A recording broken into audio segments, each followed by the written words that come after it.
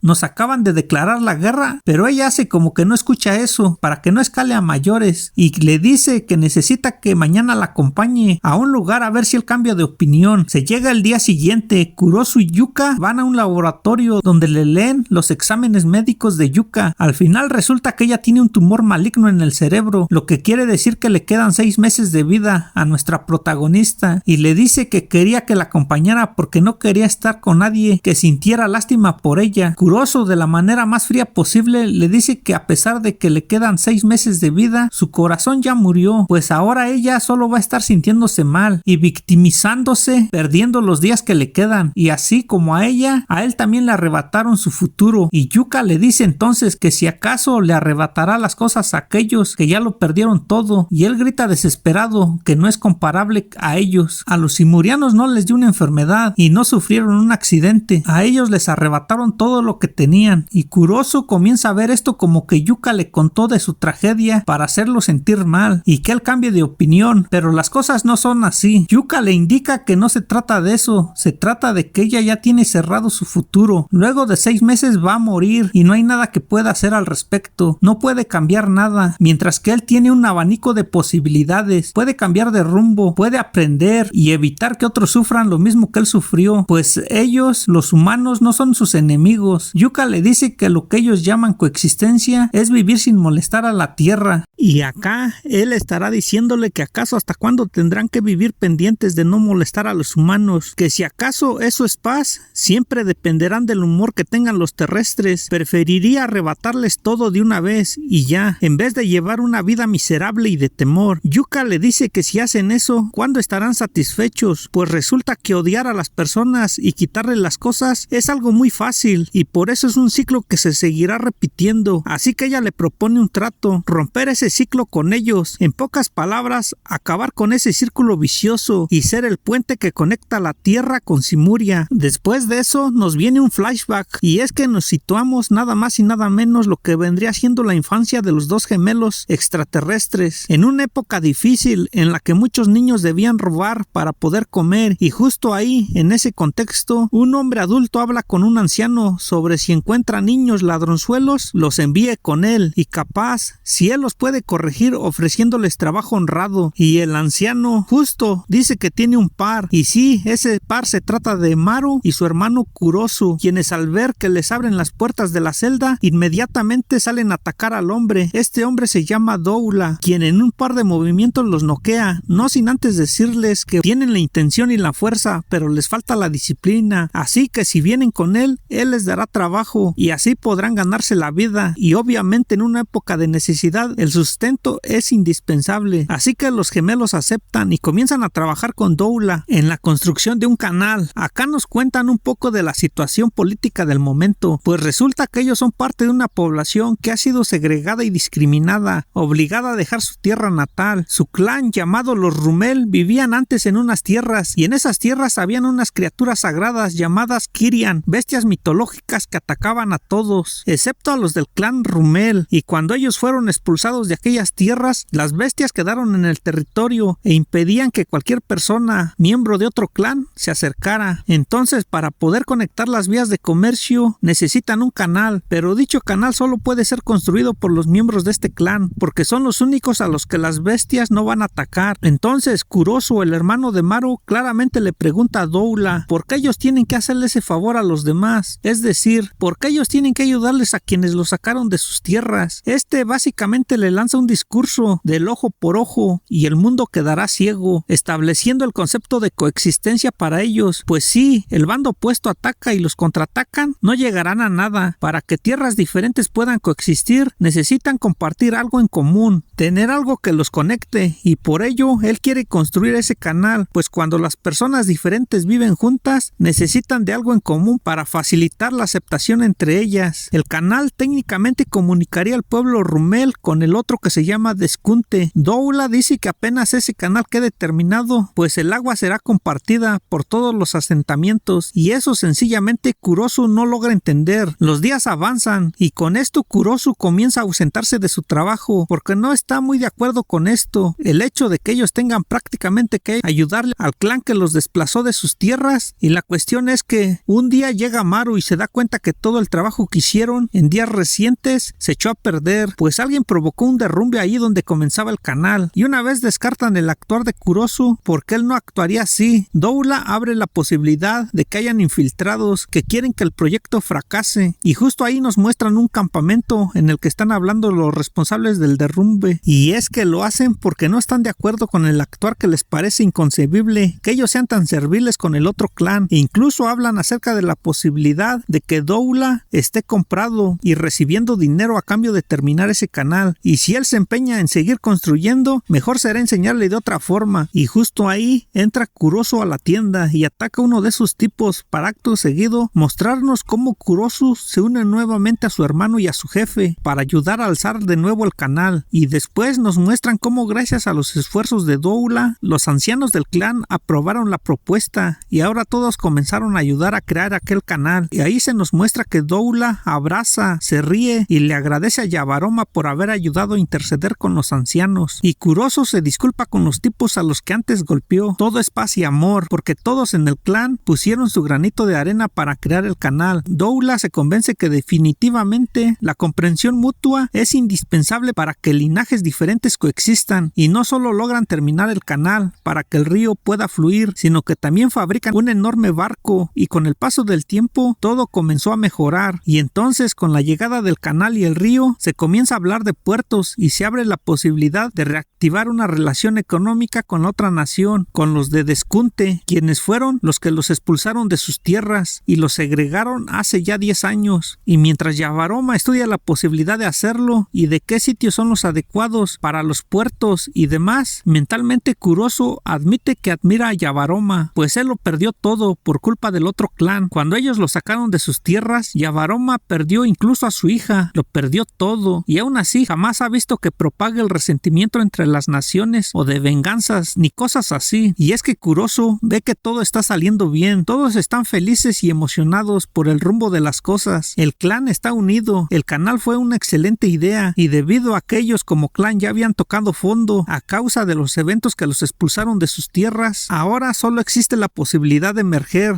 de salir adelante. Las rencillas quedaron en el pasado y hay esperanza para un resurgir más, y todo marchaba bien hasta que un día la criatura sagrada llamada Karian devoró y acabó con la vida de la hija del jefe del clan de Deskunte. Aquí se nos menciona que el tercer ojo de los simurianos es la fuente de energía Rorol. La energía Rorol es el equivalente a lo que en la Tierra se conoce como energía maldita, además de ser un órgano insustituible para cualquiera de sus razas, pero solo los del pueblo de Rumel derraman lágrimas de su tercer ojo cuando una criatura sagrada llamada Karia muere, además de que entre los simurianos que no pertenecen al clan de Rumel, las lágrimas de su tercer ojo solo brotan al nacer o al morir, además de que dichas lágrimas ejercen una gran carga para el cerebro y pueden incluso costarles la vida a quienes las derraman. Aquí se le informa a los de Rumel sobre la muerte de la hija del jefe del clan de Deskunte. Estos no entienden cómo pudo pasar algo así, ya que dicen que en el territorio de Deskunte se radicaron los Karian hace años, así que los de Deskunte creen que los de Rumel soltaron un Karian a propósito, y ahora como compensación por la vida de la hija del jefe del clan de Deskunte exigen el 90% del territorio de Rumel, además del canal que hicieron. Los de Rumel dicen que eso es una acusación sin fundamentos, pero los del clan de Deskunte ya los retaron a un duelo. Aquí se nos menciona que en Simuria quien tiene poder suele tener también autoridad, y los de Rumel no son una excepción, pero para el clan de Deskunte esa tendencia es más marcada. Para ellos el más fuerte es el que tiene la razón, así que para resolver un conflicto realizan un duelo 1 a 1 entre guerreros elegidos por cada parte, y el que gana tiene derecho de arrasar al rival hasta cumplir sus objetivos, y el que pierde tiene que reconocer y aceptar lo que el ganador quiera, y así la disputa termina. Así que el clan de Deskunte reta un duelo a los de Rumel. Doula es el elegido para dicho enfrentamiento. A pesar de la insistencia de los gemelos para que no lo haga, él les dice que lo tiene que hacer, ya que si no aceptan el duelo, aniquilarán al pueblo de Rumel por completo. Además, le dicen a Maru y Kurosu que ellos son muy jóvenes para saberlo, pero en una antigua disputa, Doula fue el vencedor y fue reconocido en ese entonces como el más fuerte de todos. Así que si hay alguien que puede sacar la cara por el clan, es él. Y así llega el día del duelo 1 contra 1 en un coliseo, donde básicamente se estarían jugando el todo por el todo. Y si bien es cierto que los gemelos y el pueblo de Rumel estaban muy optimistas de que podrían ganar y tenían la esperanza puesta en Doula, cuando llega el oponente esto se complica porque el poder que sienten es ridículamente abrumador. Y aquí vemos que el combatiente elegido por el pueblo de Deskunte es nada más y nada menos que Dabura. Kurosu, al ver y sentir el poder abrumador del oponente, le dice a Doula que por favor huya, ya que si no lo hace lo matarán, y que nadie lo culpará si lo hace, ya que están muy agradecidos con él. Pero Doula sonríe y se acerca a Dabura. Doula saluda a Dabura, le dice que ha pasado tiempo que no se han visto y le pregunta si su hermana está bien, a lo que Dabura, apenado y triste, agacha la mirada y se queda en silencio, a lo que Doula llega a la conclusión de que la tienen de rehén. Aquí Dabura le pregunta a Doula que qué debe hacer, ya que le han ordenado que pelee hasta terminar con con él. Douglas le dice que no se preocupe, que el resultado ahí no es lo importante, solo le pide un favor a cambio. Le dice algo a Dabura que no se menciona, a lo que este dice que entiende, y ahora le dice que le deje hablar un poco a todos los que están en el Coliseo, aprovechando que están los de Rumel y los de Descunte ahí. Y es aquí cuando en medio del Coliseo, mirando al jefe del clan de Descunte, dice que es verdad que existe una barrera entre el pueblo de Rumel y el de Descunte, y esa barrera es el Carián, la religión que los de Rumel profesan, pero que la expulsión de los de Rumel hace 10 años no fue una guerra religiosa provocada por el Carián, sino que fue una invasión por parte de Descunte para apoderarse de las minas de Mur. El Mur es un mineral especial capaz de convertir la energía Rorol en cualquier tipo de poder, además de que Descunte ha obtenido enormes ganancias gracias al Mur, extraído de las antiguas tierras de Rumel, e incluso lo de ahora, el asunto de su hija, es en realidad solo un pretexto. No lo dice completo porque alguien le grita que se calle, ya que si dice algo más lo matarán, pero a Douglas no le importa y sigue hablando, y dice que incluso si la guerra estalló a causa de intereses económicos o ambiciones personales, al presentarla como una guerra religiosa, las demás razas evitan involucrarse, pero la religión debería de ser un código arraigado en la vida cotidiana, no una idea cultural. Lo que querían los de Rumel no era que respetaran su religión, sino la vida cotidiana que surgió de esa religión. Agachando la cabeza, Douglas les pide a los de Descunte que por favor ayuden a los de Rumel y los reconozcan como camaradas, pero en ese momento el jefe del clan de Descunte le ordena a Dabura que lo ataque. Todo pasó en un instante. Kuroso, al ver a Douglas tendido en el suelo, enfurece e insulta a Dabura porque no peleó con todas sus fuerzas, y eso significa haber insultado el honor de Douglas, pero Maru lo detiene, a lo que Dabura, triste y afligido, le dice que lo siente, ya que no quería lastimar su rostro. Ya después Kuroso supo que Douglas y Dabura eran amigos cercanos antes de que los de Rumel fueran expulsados de sus tierras. Dabura tenía dificultades para valerse de sí mismo, y el único que conocía su verdadera fuerza en aquel entonces era Douglas. Kuroso recuerda que le preguntó a Douglas que qué significa esa frase que repite mucho, que qué quiere decir con eso de camarada. Douglas le dice que un camarada son aquellos compañeros que entienden las cosas que son importantes para ti, pero Kuroso nunca podrá reconocer a los de Descunte como camaradas, ya que por encima de todo, Douglas era lo más importante y ellos le quitaron la vida. Después del funeral de Douglas, los de Rumel se preguntan a dónde irán ahora, ya que ahora todo eso será de Descunte. Uno dice que van a ir muriendo poco a poco, que es mejor pelear y morir de una vez, pero Yavaroma les dice que el trabajo de un guerrero no es pelear y morir, sino proteger a las mujeres y niños. Solo tienen un día para abandonar esas tierras. En eso llega Dabura diciendo que Douglas les dejó algo y los conduce al canal que hicieron, donde sorprendidos se dan cuenta que es Mur. Durante las excavaciones, Douglas iba apartando el mineral sin que nadie se diera cuenta. Todo lo iba a utilizar para reconstruir al pueblo de Rumel. Kuroso, feliz, dice que ese es el camino que les dejó Douglas para ellos. En eso, Kuroso y Maru tocan las piedras y en ese instante los gemelos se cubren de energía Rorol. Al ver eso, Yavaroma dice que eso no es Mur, es algo de una pureza aún mayor, y ahí es donde Kuroso le dice que por qué no buscan un nuevo lugar para vivir en paz, que buscarán un planeta donde viva gente como ellos, que de seguro si salen del planeta simuriano, de seguro encontrarán un lugar así. Dabura dice que él también irá, ya que lo que le dijo Douglas a Dabura en el Coliseo fue que le prometiera que él protegería a todos los de Rumel, y Dabura aceptó, así que juntos se embarcan fuera del planeta de Simuria en busca de camaradas. Los oficiales en la sede de hechiceros revisan las grabaciones de la batalla de Maru contra el viejito chamán. Algunos expresan su preocupación de que a los simurianos se les está dando demasiada libertad, especialmente después de que Maru intentase hacer daño a Tsurugi durante el incidente. No obstante, Usami defiende las acciones de Maru, citando una cláusula del mundo de los hechiceros que permite duelos entre hechiceros bajo contrato. A pesar de la oposición del consejo, insiste en que no se infringió ninguna ley y ordena que se borren todas las grabaciones de la pelea. Tras esto, comienzan a hablar de la creciente tensión entre humanos y simurianos. Mientras algunos los ven como una amenaza, Usami subraya la importancia de la diplomacia por encima de cualquier agresión, ya que ser menospreciados no justifica el inicio de un conflicto. Aún así, los líderes insisten en que hay que concentrarse en encontrar a Yuji Itadori, ya que lo ven como una clave para mantener el equilibrio entre ambas razas. Mientras tanto, en la nave de los simurianos, en el Consejo de Rumel, surgen divisiones con respecto al liderazgo y la forma en la que deben de tratar con la tierra. Uzuki y otros tantos se muestran intransigentes y sugieren sugieren una invasión, mientras Dabura, Kurosu y Yabaroma evalúan la posibilidad de alcanzar la paz con los humanos. Finalmente, Kurosu y Yabaroma votan a favor de la coexistencia con la Tierra, logrando una mayoría, y Dabura apoya la decisión, declarando que es necesario llegar a un entendimiento antes de pasar a un conflicto directo. De vuelta en la Tierra, Usami propone un evento de intercambio cultural para estrechar lazos con los simurianos. Acto seguido asignan a Tsurugi, Yuka y Maru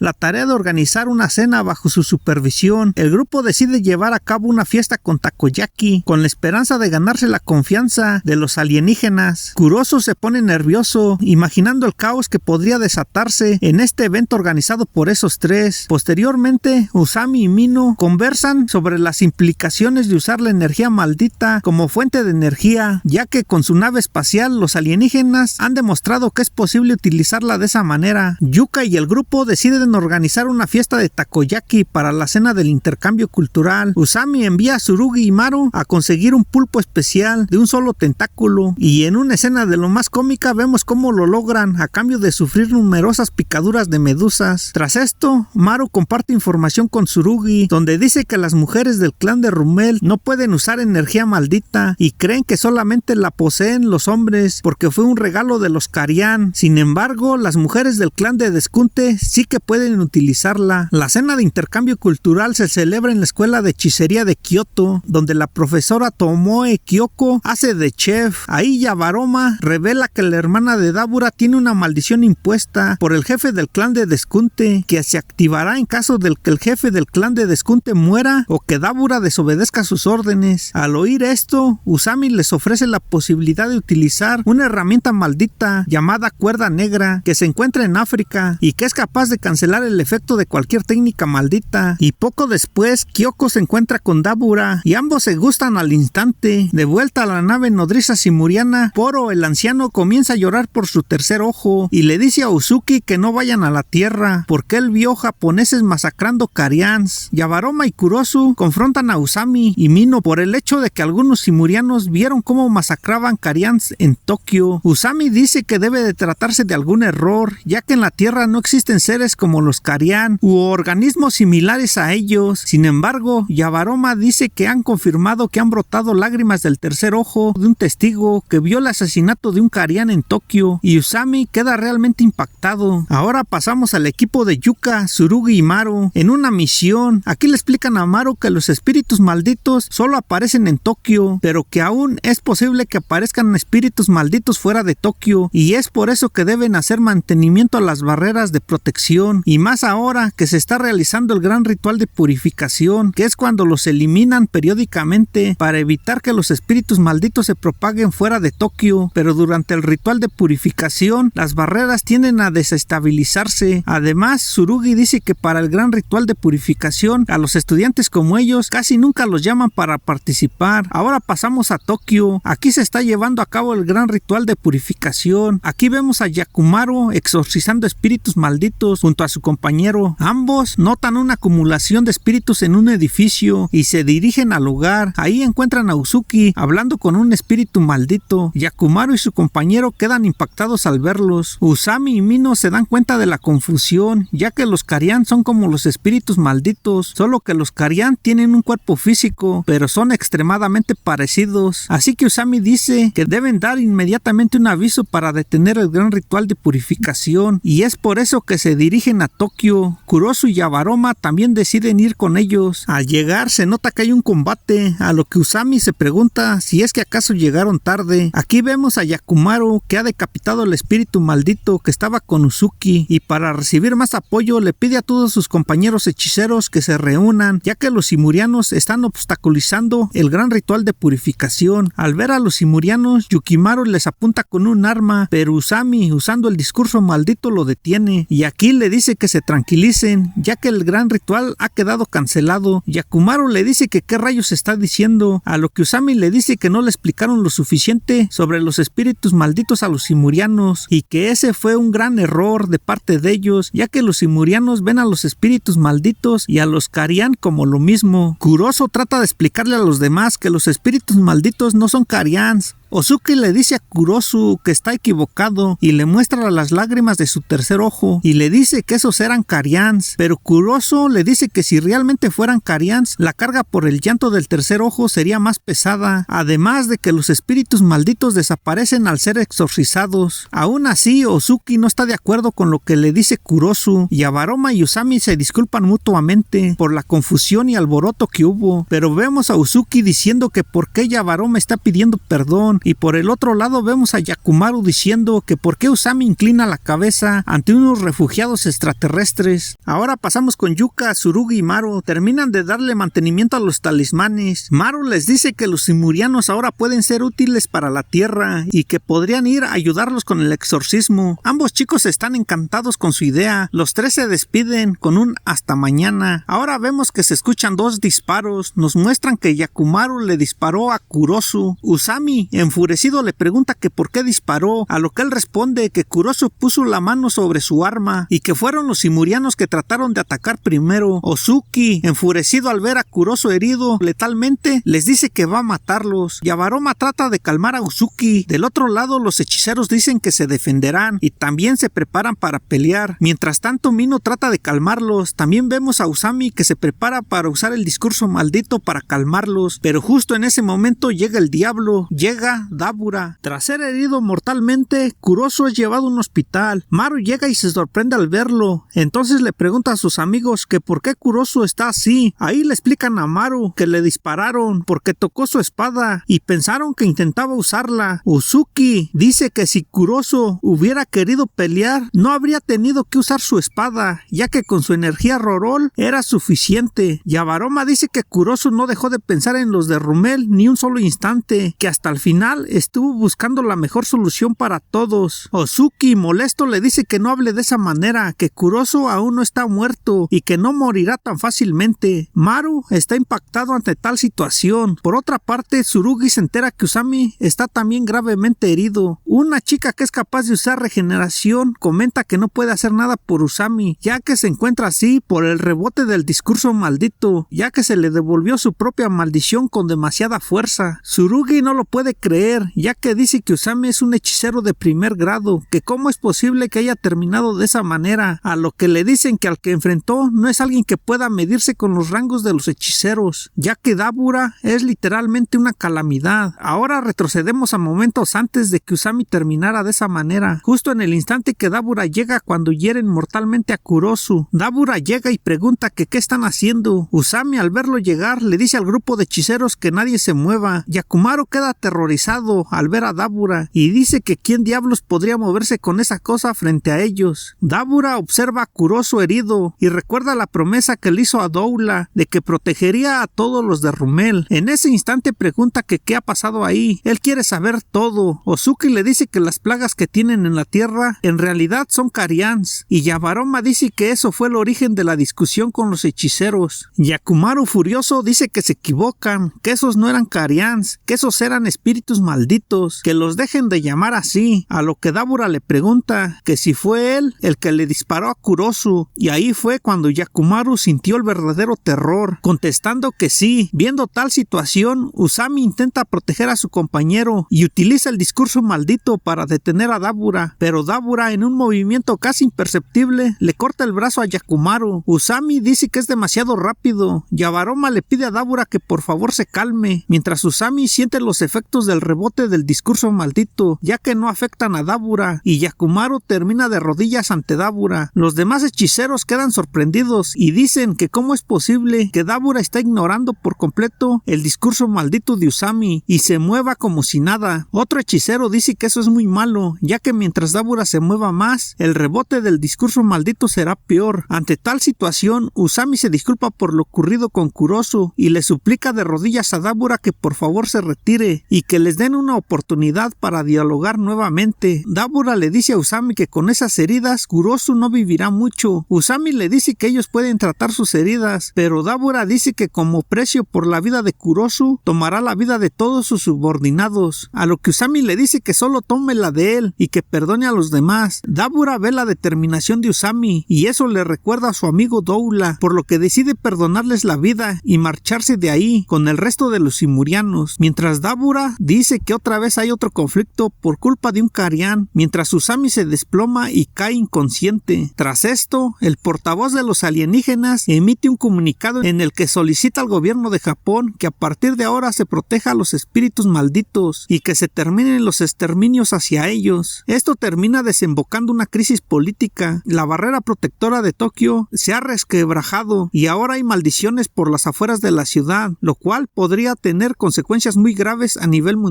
Un mes después de lo sucedido, en diciembre del 2086, los hechiceros comienzan a exorcizar maldiciones menores poco a poco para evitar que se repitan eventos como los de Shibuya, y por supuesto, esto lo hacen a escondida de los simurianos. Pero Uzuki sí se da cuenta de lo que están haciendo los hechiceros y se emite un nuevo comunicado por parte del representante de los simurianos, donde declara que la matanza de espíritus malditos constituye un acto prohibido y exige que el gobierno japonés asuma la responsabilidad, y por parte del gobierno japonés también emite un comunicado donde responden que la eliminación de espíritus malditos es un acto inevitable por fuerza mayor y por consecuencia no puede considerarse un acto ilegal. Después, en enero de 2087, los hechiceros dicen que deben realizar el gran ritual de purificación, ya que la aparición de espíritus malditos ha aumentado muchísimo, así como las víctimas. Mientras del lado de los simurianos, Uzuki dice que por qué siguen exterminando Carians. Así que tras esto, por parte del representante de los simurianos, emiten un nuevo comunicado donde dicen que han confirmado la continuación del exterminio de espíritus malditos y con el fin de proteger a los espíritus malditos declaran la creación de un nuevo estado, la nación de Rumel, la cual se establecerá en Tokio, y en caso de que esta propuesta sea rechazada, se solicitará que se llegue a un acuerdo mediante un duelo al estilo de Deskunte. Ante esto, los hechiceros se proponen pedir ayuda a Itadori, pero siguen sin poder localizarlo. De pronto Kushigaki aparece y comenta que la última vez que vio a Yuji Itadori fue en el funeral de Hana y confirma que no ha envejecido nada en estos años. Y aquí se nos menciona que Dabura Karaba, el representante de la tribu de Rumel del planeta Simuria, emite un desafío formal a un duelo con el fin de proteger a los espíritus malditos y exige que se le ceda a Tokio. Y en respuesta, Japón, la nación que representa a la Tierra, propone a Yuka Okotsu como su representante para el duelo y ella acepta. Mino le dice a Miyaguni si de verdad piensa dejar que Yuka lo haga, a lo que ella responde que no tienen otra opción, además de que sobre su enfermedad de que no le queda mucho tiempo de vida, ella es la mejor opción, ya que ni las armas de los otros países como Estados Unidos podrían hacerle frente a Dabura. Mino le pregunta por la opción de bombas nucleares y ella le responde que ya nadie se atrevería a lanzar una sobre Japón. Maru trata de recordar en qué momento fue que comenzó a tener problemas para hablar con su hermano. Nos cuenta cómo su padre perdió la vida protegiendo una piedra común, el cual pensaba que era Mur. Recordemos que el Mur es un mineral especial capaz de convertir la energía maldita en cualquier tipo de poder, y en Simuria el Mur era un recurso extremadamente valioso y para no lastimar a Kurosu le ocultó esto. También nos dice cómo él es igual de terco que su padre y que se aferra demasiado a su rol de guerrero en comparación a los amables de Kurosu y Dabura. Maru desea disculparse con su hermano por todo. Tsurugi se cuestiona en cómo funciona la nave Naunax con energía maldita y llega a la conclusión de que es debido a la técnica de Maru. Termina por encontrarse con él. Tsurugi le dice que lo estuvo buscando durante mucho tiempo, a lo que Maru le dice que él también quería hablar con él, aunque fuera por última vez. Justo ahí le dice Tsurugi a Maru que si se puede ir de Japón, a lo que Maru le dice que eso es imposible, ya que la gente de Rumel sabe todo sobre los Carians y los espíritus malditos. Tsurugi le dice a Maru que ya debe saber sobre el duelo entre Yuka y Dabura, a lo que Maru le contesta que Yuka no podrá ganar, que no importa si pelea o no, el resultado será el mismo. Tsurugi le dice a Maru que Yuka está enferma y su enfermedad avanza más rápido de lo que predijeron los médicos y se culpa a sí mismo por no haberse dado cuenta antes. También le comenta a Maru que los hechiceros de la Tierra suelen tener un último recurso, un voto vinculante en el que se arriesga la vida a cambio de obtener más poder. Maru dice que incluso con eso Yuka no podrá derrotar a Dabura, a lo que Tsurugi le dice que Yuka lleva mucho tiempo buscando una causa en la que poner en juego su vida, ya que si iba a morir pronto, al menos deseaba hacer algo por alguien más, y es por eso que Tsurugi quiere detener el duelo, ya que él desea que su hermana viva los 3 meses que le restan de vida con tranquilidad y no que la pierda en una pelea y que ese es su deber como hermano mayor, y le pide nuevamente a Maru que se vaya con toda la gente de Simuria de la Tierra. Maru le dice que tardaron 2 años en llegar ahí y que el espacio es un lugar vacío que les daba mucho miedo, y en Simuria ya no tienen un hogar al que regresar, y es por eso que no piensan abandonar la Tierra, reprochándole a Tsurugi sobre el exterminio de Carians y el estado de su hermano Kurosu. Diciendo esto, Maru se quita la cinta que cubría su tercer ojo, mientras Tsurugi desenvaina su espada, diciéndole a Maru: perdóname, me expresé mal, lárgate de aquí. A lo que Maru le responde que eso es imposible, ya que él es un guerrero, y ambos se preparan para pelear. El día del duelo llega y vemos que Yuka está perdiendo la vista debido a su enfermedad, pero aún así se prepara para ir al campo de batalla mientras sufre dolores de cabeza, para lo cual Mino le proporciona una silla de ruedas para ayudarla a subir al avión. Ya en el avión, Yuka reflexiona profundamente y dice que si volvieran a nacer, le gustaría que la próxima vez sea ella la hermana mayor, ya que después de haber convivido con su hermano mayor durante 16 años, ella sabría exactamente lo que Tsurugi necesitaría y siempre estaría dispuesta a contenerse un poco. Lo dejaría elegir la comida primero, le enseñaría todos los trucos de los videojuegos y de vez en cuando también le ayudaría con sus estudios. Y sonriendo tristemente, dice que el tonto de Tsurugi era realmente malo como hermano mayor. Yuka confunde a Mino con su hermano Tsurugi debido al estado tan avanzado de su enfermedad. Mino, llorando, le pide perdón por mandarla al campo de batalla. Ahí Yuka recuerda un incidente específico en el que subestimó a un espíritu débil y casi pone en peligro a una amiga. Tsurugi la salvó sin culpar a ninguna persona, lo que la llevó a comprender su bondad. Finalmente acepta su papel de hermana menor protegida por él. En el lugar del duelo está Dabura. Le pregunta a un anciano si ella es el guerrero elegido. El anciano responde que no, que solo es un viejo con el cuerpo ya bastante desgastado y ha ido ahí en representación de los hechiceros de la tierra para presentar sus saludos, y ahí se presenta y dice ser Uy, el actual jefe de la escuela del nuevo estilo de sombras. Le agradece a Dabura explicando que la tierra ha estado en un estado de paz superficial durante 70 años y ha olvidado el verdadero significado de la fuerza. Cree que Dabura enseñará a la generación actual los verdaderos horrores de las maldiciones y la violencia. Dabura permanece escéptico, diciendo que lamenta decirlo, pero sin un oponente adecuado no hay nada que pueda mostrarles, ya que con un rival insignificante todo terminaría antes de que pudiera exhibirles algo. El hechicero les dice que no se preocupe, que está seguro que quedará satisfecho, que incluso su soledad será aliviada, mientras vemos que el avión donde va Yuka ya llegó al campo de batalla. La puerta del avión comienza a abrirse poco a poco, mientras Yuka se acerca en la silla de ruedas. Mino, llorando, observa a Yuka, sonriendo mientras ella piensa que si al final volviera a nacer, le gustaría nuevamente ser la hermanita menor de Tsurugi. Diciendo esto, Yuka salta del avión, mientras entre lágrimas recuerda a su hermano Tsurugi. Yuka cae frente a Dabura y se disculpa con él antes de invocar con éxito al general divino de los mandamientos y de las 8 espadas, Mahoraga. Lo invoca mientras cae y para evitar el impacto de la caída usa las 10 sombras y se oculta en una para realizar el ritual de purificación e incluye a Dabura en él. La pelea comienza con un ataque de Dabura contra Mahoraga, el cual usa una palabra oculta y la palabra luz, el cual es un sonido propio del clan de Deskunte, impronunciable para cualquier humano, que concentra una intención asesina tan intensa que llega a manifestarse como masa real. Tras el daño recibido, se nos dice que por primera vez en la historia, Mahoraga comienza a adaptarse a una técnica proveniente del espacio exterior.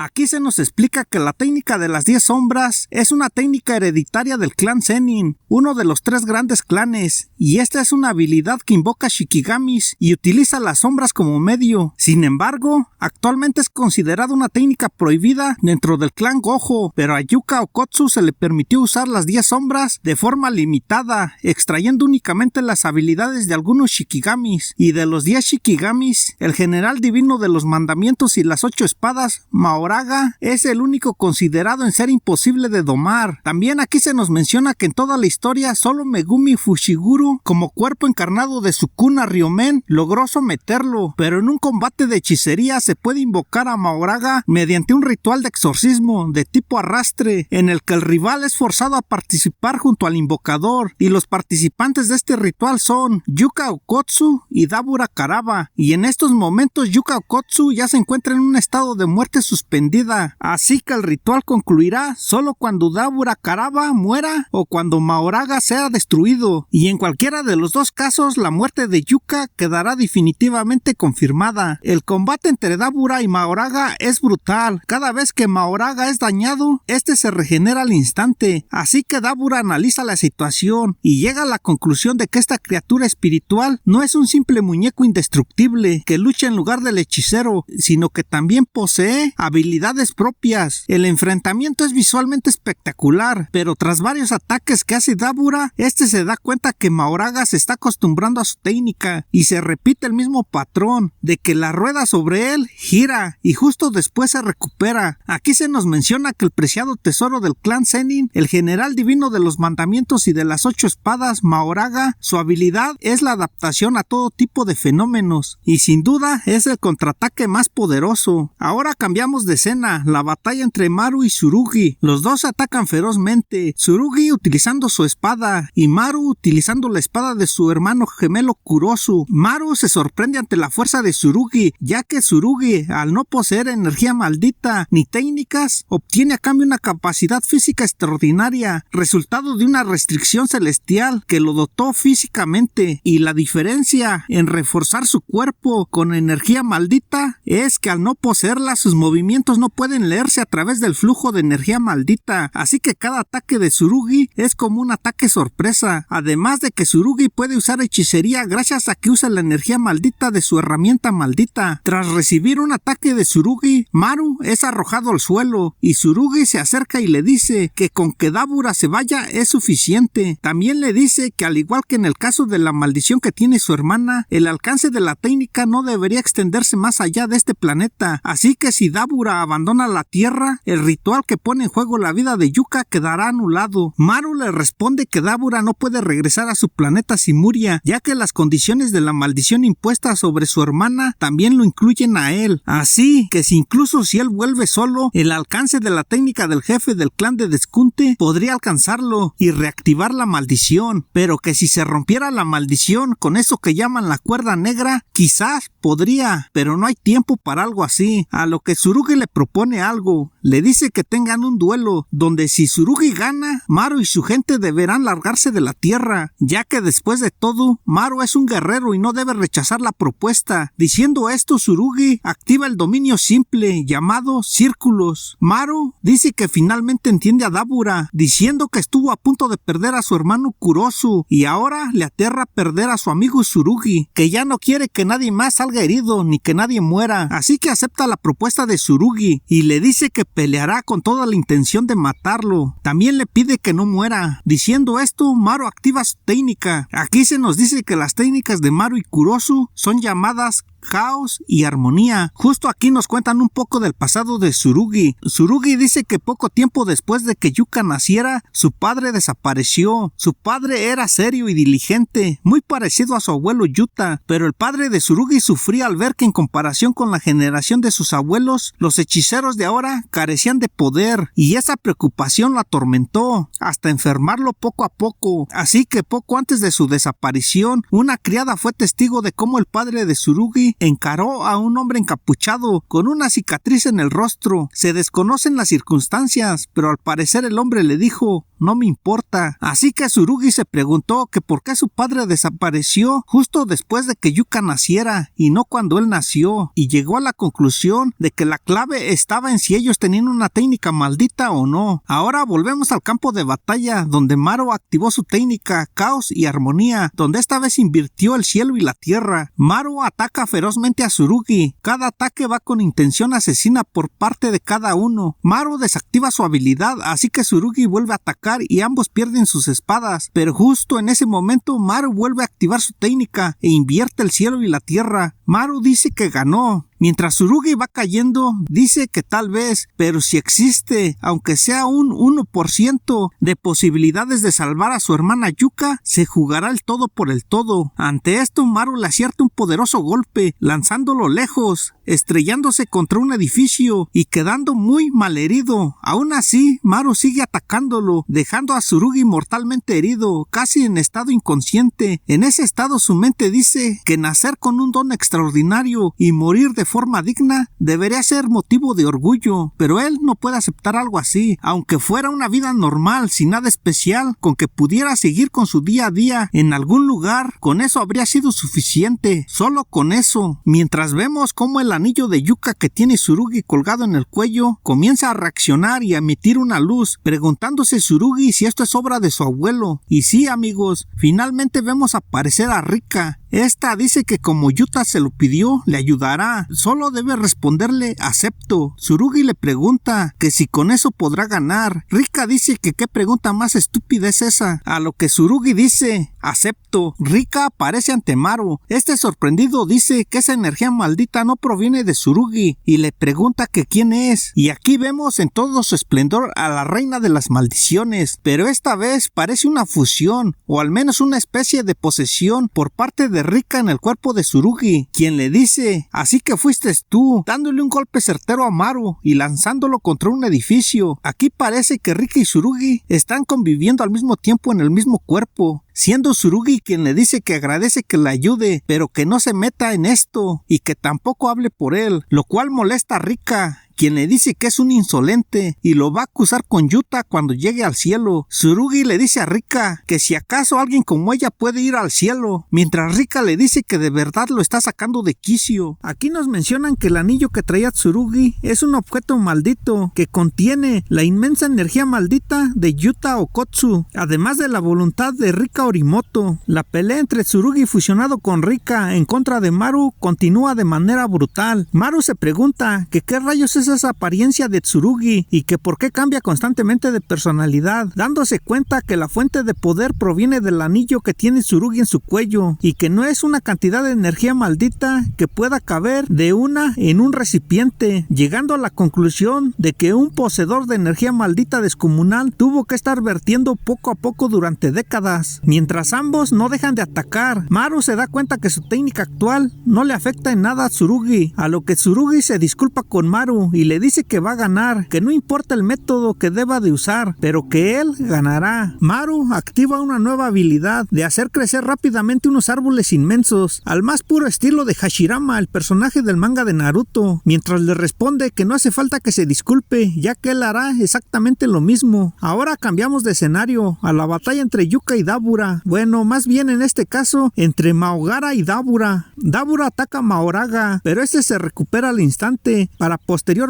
atacarlo, pero este se defiende, dándose cuenta que sus ataques ya no le están afectando. Ahí llega a la conclusión de que su técnica ha sido anulada. En ese momento Maoraga ataca a Dabura, dándole de lleno en el tercer ojo, logrando herirlo. En ese momento Dabura llega a la conclusión de que Maoraga, tras el último giro de la rueda sobre él, completó su adaptación, y si todo continúa así, él va a perder. En ese momento nos muestran un flashback de Dabura y Doula. Doula le dice a Dabura que debería llevarse mejor con los de Deskunte. Eso hace pensar a Dabura que Doula no quiere estar con él, pero Doula le dice que no es eso, que le agradece mucho su compañía, diciéndole que él es el único que está a su altura como rival, pero está mal que Dabura se aísle dentro de su misma tribu y sin contar con la situación de su hermana. Recordemos que la hermana de Dabura fue maldecida por el jefe de la tribu de Deskunte, de donde es Dabura. Después de eso, Doula le dice a Dabura que los guerreros de Deskunte son muy orgullosos y que cuando está entre ellos todos se sienten incómodos con su presencia. Aquí volvemos al presente y vemos a Dabura como jamás pensé que lo veríamos. Dabura, visiblemente herido, dice que tiene miedo de perder, y eso le duele. Aquí nos muestran otro recuerdo de él, donde dice que él siempre gana sin hacer tanto esfuerzo, pero cuando los demás lo envidian o no aceptan su presencia le duele el pecho, y pese a que es un guerrero fuerte, él no quiere pelear. Doula se carcajea, diciendo diciéndole que se equivoca, que no es que no quiera pelear, lo que pasa es que nunca ha peleado con un motivo de verdad, ya que es tan fuerte que aún no experimenta el poder de convertirse en un guerrero de verdad. Dabura dice que no lo entiende muy bien, a lo que Doula le dice que hay cosas que no se pueden explicar, sino que las debe de vivir, y algún día, cuando aparezca alguien que pueda ser capaz de derrotarlo, seguro en ese momento lo entenderá. Ahora regresamos a la pelea y vemos que Mahoraga le está dando una paliza a Dabura, mientras este dice que al fin lo entiende. Pelear porque quieres pelear, o pelear porque las circunstancias te obligan a hacerlo. Ninguna de esas dos cosas es pelear de verdad. Él debe pelear porque es necesario hacerlo, para proteger a todos los que ama, y eso es pelear de verdad. Y quien es capaz de hacerlo cuando es necesario es un guerrero. En ese momento la actitud de Dabura cambia y le dice a Mahoraga que esta vez va a pelear en serio. Aquí nos dicen que la técnica de Dabura es una palabra impronunciable y luz, pero el cuerpo de Dabura no puede soportar la aceleración de la luz, por lo que nunca se ha podido desplazar a dicha velocidad. Dabura dice que ya que su técnica está siendo anulada, entonces lo único que debe de hacer es derrotarlo a puño limpio, llevando al límite la resistencia de su cuerpo y velocidad, haciendo la promesa a su difunto amigo Doula de que va a convertirse en un guerrero de verdad, así que entrará en un territorio jamás alcanzado por la humanidad. Así es, amigos, Dabura Caraba danzará a una velocidad cercana a la de la luz, así que Dabura comienza a atacar a Mahoraga, moviéndose a una velocidad impresionante, exigiendo su cuerpo al límite para alcanzar dicha velocidad, pero dicha velocidad tiene sus contras, ya que su cuerpo sufre. Él trata de alcanzar la velocidad de la luz. El ataque que le da a Mahoraga es brutal, devastando y dejando en ruinas gran parte de la ciudad, pero Dabura se sorprende al darse cuenta que a Mahoraga le es más sencillo adaptarse a un ataque simple de fuerza bruta que a una técnica compleja, y este se vuelve a recuperar tras poderoso ataque que recibió de lleno. Dabura, visiblemente agotado, dice que es la primera vez que una parte de él se divierte al pelear y que quiere seguir peleando para volverse más fuerte. Aquí nos damos cuenta que el pie que utilizó Dabura para atacar a Mahoraga quedó hecho trizas, por eso dice que le estorba, así que mejor decide cortárselo de una vez. Pero justo en ese momento recuerda lo que Usami dijo sobre que la hechicería terrestre podía sanar heridas, algo que en la hechicería simuriana no existe. Y sí, amigos, aquí Dabura aprende a utilizar la técnica de maldición inversa, convirtiendo la energía maldita negativa en energía maldita positiva, multiplicando la energía negativa por sí misma, y cura su pie dañado. Ahora cambiamos de escena a un edificio donde los hechiceros de la tierra tienen una reunión, donde Miyaguni dice que mientras Yuka y Dabura están peleando, hay una alta probabilidad de que los espíritus malditos de Tokio huyan de la ciudad, dispersándose, y que el problema no es de qué nivel sean, sino la cantidad, de cuántos de ellos serán. Y aunque ellos están seguros de que los espíritus malditos de segunda categoría o superior no vayan a escapar de Tokio, el problema son los espíritus malditos de bajo nivel, ya que estarán aterrados y se abalanzarán sobre ellos como una fuerte marea, así que su deber es exorcizarlos. También Miyaguni dice que deben de asegurarse que no haya ninguna baja, más que solo la de Yuka. Ahora pasamos con los simurianos, donde Uzuki les dice a sus compañeros que no deben de confiar en los humanos, que respeten las reglas de los duelos de descunte, así que su misión será evitar que intervengan en el duelo de Dabura. Y justo en ese momento, los hechiceros de la tierra se encuentran cara a cara con los simurianos, ya que se encontraban en el mismo edificio y se preparan para pelear, pero en ese preciso momento aparece nada más y nada menos que el ídolo de todos. Sí, me refiero a nuestro gallo, Yuji Itadori, diciendo: humanos y simurianos, sabía que eso iba a pasar. En esos momentos vemos que Mino se acerca corriendo para detener a sus compañeros, pero se sorprende y se detiene cuando ve al gallo Itadori preparándose para lanzar su ataque de manipulación de sangre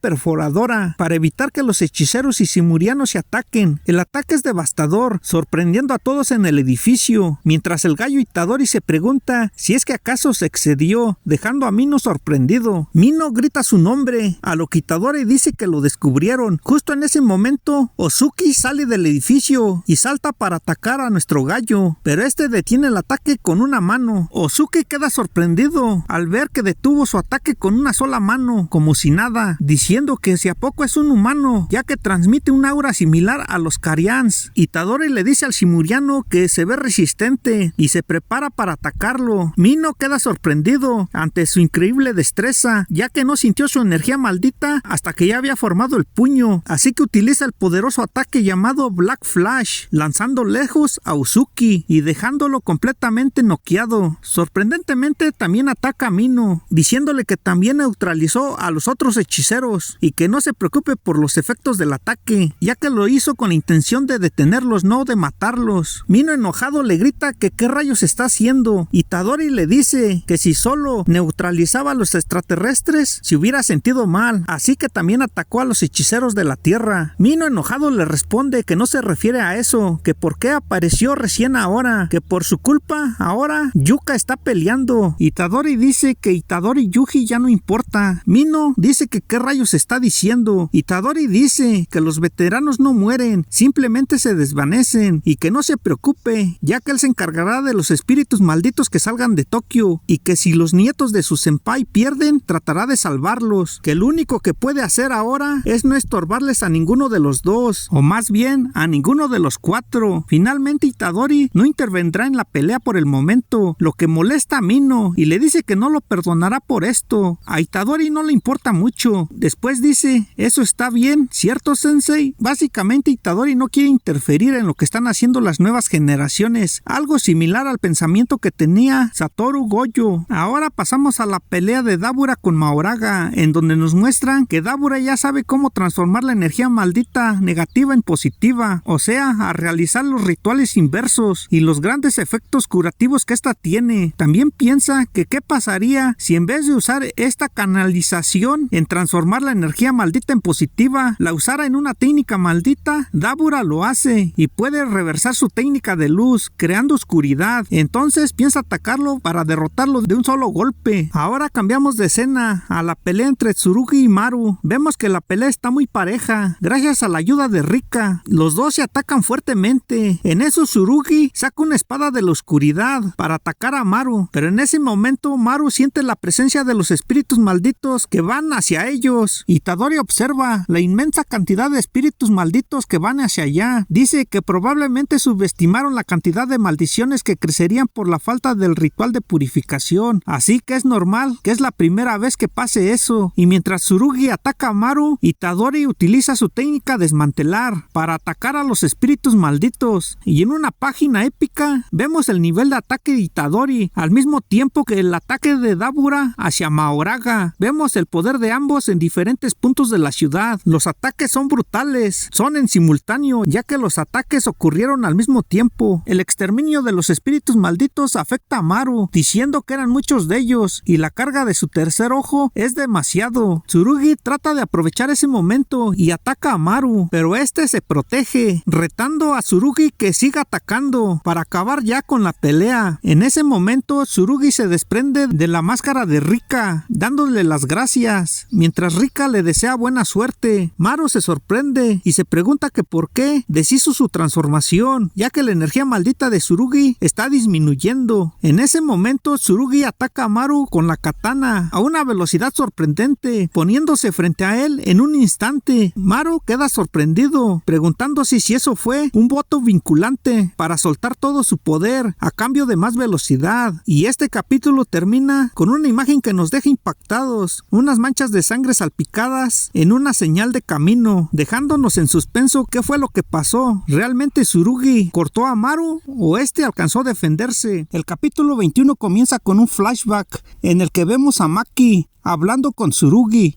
Ella le explica a su nieto que en la búsqueda de un poder mayor nunca debes desprenderte de aquello que no hacía falta perder. Al decir esto se está refiriendo a cuando Mai murió para que su hermana se volviese más poderosa. Maki se pasó el resto de sus días pensando a diario en si podría haber elegido un futuro en el que Mai continuase con vida.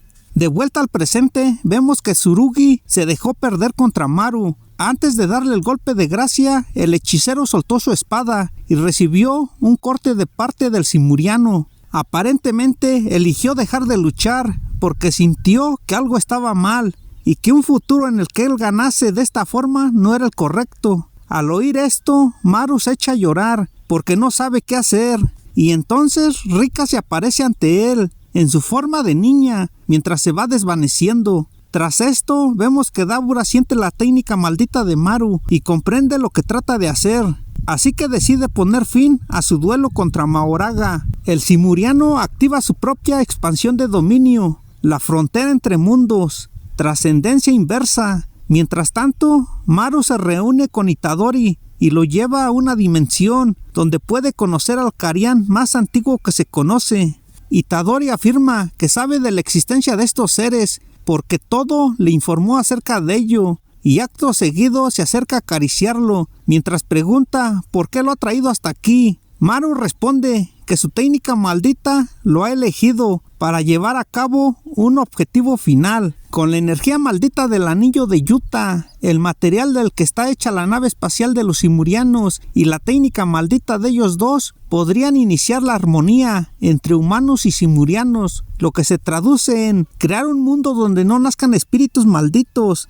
Itadori acepta gustoso participar en la creación de ese mundo, por lo que le entrega a Maru el libro que antaño perteneció a Yuki Tsukumo, el cual contiene muchísima información sobre las almas. Si lo consiguen, cumplirán el gran sueño de Yuki, la persona que cuidó de Chosu hasta el final. Después, Maru y el gallo Itadori se reúnen con Mahito en el lugar por el que pasan todas las almas de la tierra. Al ver que su archienemigo sigue con vida, Mahito se asusta y entonces Maru e Itadori se preparan para llevar a cabo la armonía. Así que Itadori y Maru acuerdan ejecutar el plan para cambiar la forma de los japoneses y hacer que no nazcan más maldiciones. Tras esto, el gallo Itadori se arrodilla para preguntarle a Mahito si está dispuesto a ayudarlos, pero al oír esto, la maldición se enfurece y dice: "No me subestimes".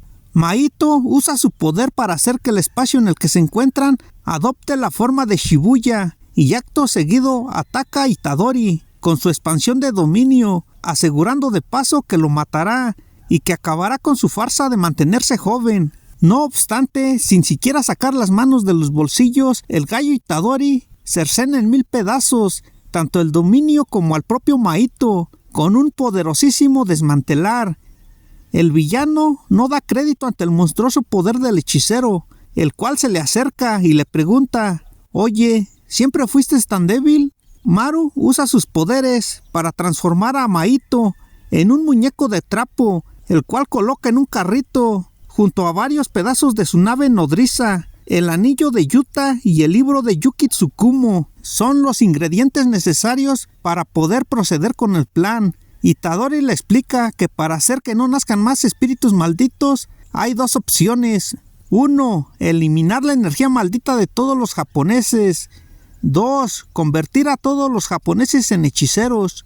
El gallo Itadori cree que la segunda opción no es viable, ya que el daño causado por las maldiciones sería sustituido por el daño provocado por los hechiceros. Al tomar esa vía, corren el riesgo de que surjan más tipos peligrosos como Toji. Por tanto, Maru opina que lo mejor es recurrir a la primera alternativa, ya que así siente que ayudará a crear un mundo mejor para humanos y simurianos. Itadori no cree que esté equivocado, pero admite que si siguen adelante con su plan, cometerán un pecado enorme. A cambio de su seguridad, privarán a los japoneses de un potencial mayor. Por ejemplo, con la llegada de los alienígenas, la humanidad avanzará muchísimo a nivel tecnológico, pero si dentro de varios siglos el planeta se queda sin recursos, la energía maldita podría ser lo único en lo que podrían depender. Además, estarían modificando el cuerpo de los demás sin su permiso, lo cual está mal.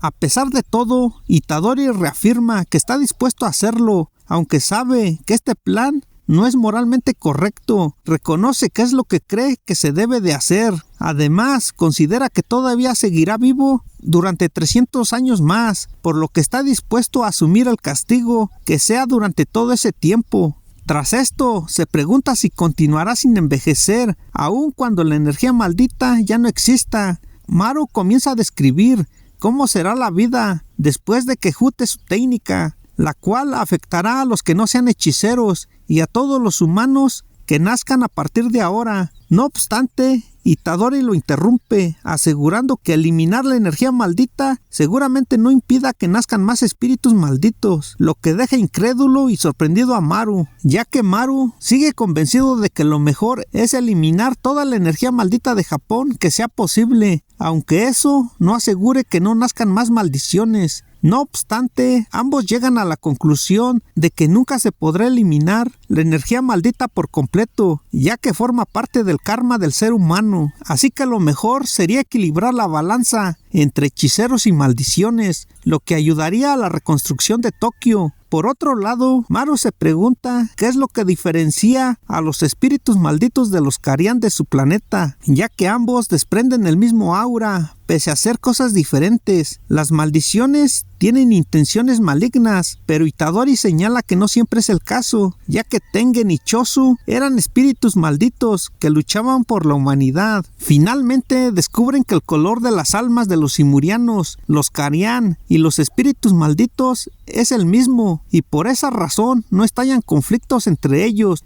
Así que el plan de Maru es cambiar los colores del alma. Acto seguido vemos una escena en la que una anciana africana le da una cuerda negra a Dabura, lo que le permitiría romper la maldición del jefe de Deskunte y reunirse con su hermana. Maru se disculpa con él en el sendero de las almas por haber interferido en el duelo, pero Dabura le da las gracias y le dice que él será el único que volverá a Simuria, ya que no hay nada que lo ate a la tierra, ya que cumplió con la promesa que le había hecho a su mejor amigo, Doula. Así que finalmente el gallo Itadori se marcha mientras deja todo a cargo de Maru, quien le da las gracias. Tras esto, Maru comienza a ejecutar su ambicioso plan mediante su habilidad Armonía, la cual empieza a hacer que los espíritus malditos desaparezcan uno detrás de otro, mientras Maru les pide perdón. Maru sabe que lo que está haciendo es un gran pecado, pero entonces Kuroso, Yuka y Tsurugi aparecen a su lado y todos se toman de la mano. Los cuatro harán esto junto con la esperanza de que esto traiga la paz al mundo y asumirán las consecuencias de lo que venga después. Y así, el ritual de armonía es llevado a cabo. Vemos cómo los espíritus malditos van desapareciendo poco a poco ante los ojos de humanos y simurianos. El tercer ojo de Karian está llorando. Chiharu Miyaguni dice: esto no es una aniquilación ordinaria, se siente tranquila, casi serena. Más que un exorcismo, es más bien una salvación. El gallo Itadori dice: vaya, realmente lo hizo. Tomó una decisión firme y determinante mientras camina. Después vemos que el timón de la cabeza de Mahoraga cae al suelo y Yuka abre los ojos, se toca la nuca y dice que ya no hay dolor mientras sonríe. Después vemos que un bip suena, es Yuka marcándole a Tsurugi. Ahí vemos a Maru, que aparece al frente de Tsurugi, que ha abierto los ojos y también se está recuperando. Ahora vemos que Dabura aparece frente al jefe de Deskunte. Al darse cuenta de la presencia de Dabura, el jefe de Deskunte le grita a sus guardias y le advierte que si se acerca, Espello, la hermana de Dabura, morirá. A lo que ésta dice que lo intente, y justo ahí el jefe de Deskunte siente el verdadero terror al darse cuenta que la maldición en ella se ha deshecho gracias a la cuerda negra que Dabura consiguió en la tierra. Justo ahí vemos cómo el castillo donde están es completamente destruido por Dabura. La gente de Deskunte se sorprende al ver el ataque. Justo en ese momento Dabura aparece junto a ellos, llevando la cabeza del jefe de Deskunte y arrojándola ante ellos, mientras dice que a partir de ese momento, él será el nuevo jefe de Deskunte. En ese momento todos se arrodillan frente a él, sin oponer resistencia alguna. Así que Dabura dice que lo primero que hará, como el nuevo jefe del clan de Deskunte, será construir una tumba para su mejor amigo Doula, y lo venerarán por su espíritu heroico. Y después de eso, no tiene idea de qué más hacer. Así que después de pensarlo, dice que después de eso, renunciará como jefe de Deskunte. Así que podrán hacer lo que deseen, ya que él no sabe nada sobre cómo gobernar, dejando sorprendidos a todos y también muy felices, porque a partir de ahora podrán vivir como ellos quieran. Ahora pasamos a la nave Naunax, que ha aterrizado sobre los escombros de la ciudad. Ahí, Maru, Kurosu, Ozuki y Yabaroma discuten sobre el futuro y sobre el cambio de color del alma de los de Rumel. Sin embargo, persiste un grave problema, ya que los futuros miembros de la tribu de Rumel tendrán almas de diferentes colores, lo que significa que los Carian podrían dejar de reconocerlos y atacarlos o devorarlos. Ya que con 52 Carian a bordo de la nave y sin reproducción confirmada en 100 años, el grupo debate qué hacer.